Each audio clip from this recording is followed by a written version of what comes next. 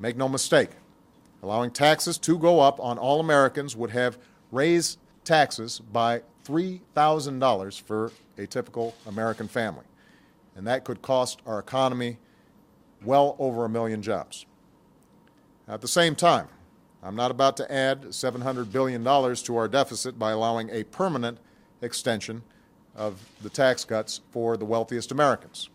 And I won't allow any extension of these tax cuts for the wealthy, even a temporary one, without also extending unemployment insurance for Americans who've lost their jobs or additional tax cuts for working families and small businesses. Because if Republicans truly believe we shouldn't raise taxes on anyone while our economy is still recovering from the recession, then surely we shouldn't cut taxes for wealthy people while letting them rise on parents and students and small businesses.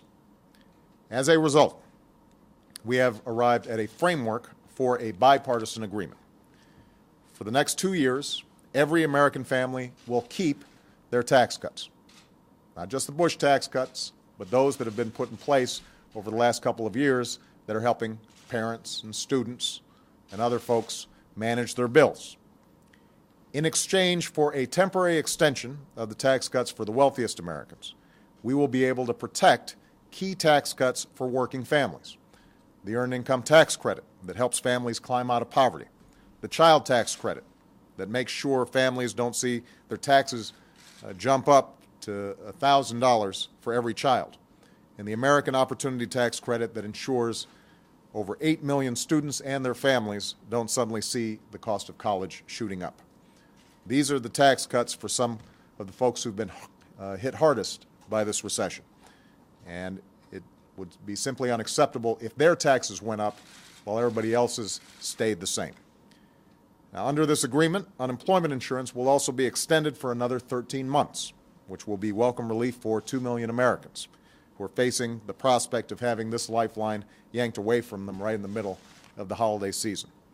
This agreement would also mean a 2% employee payroll tax cut for workers next year, a tax cut that economists across the political spectrum agree is one of the most powerful things we can do to create jobs and boost economic growth. And we will provide incentives for businesses to invest and create jobs by allowing them to completely write off their investments next year. This is something identified back in September as a way to help American businesses create jobs. And thanks to this compromise, it's finally going to get done. In exchange, the Republicans have asked for more generous treatment of the estate tax than I think is wise or warranted. But we have insisted that that will be temporary. Now, I have no doubt that everyone will find something in this compromise that they don't like.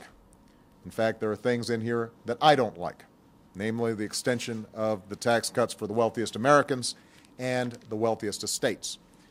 But these tax cuts will expire in 2 years, and I'm confident that as we make tough choices about bringing our deficit down, as I engage in a conversation with the American people about the hard choices we're going to have to make to secure our future and our children's future and our grandchildren's future, it will become apparent that we cannot afford to extend those tax cuts any longer.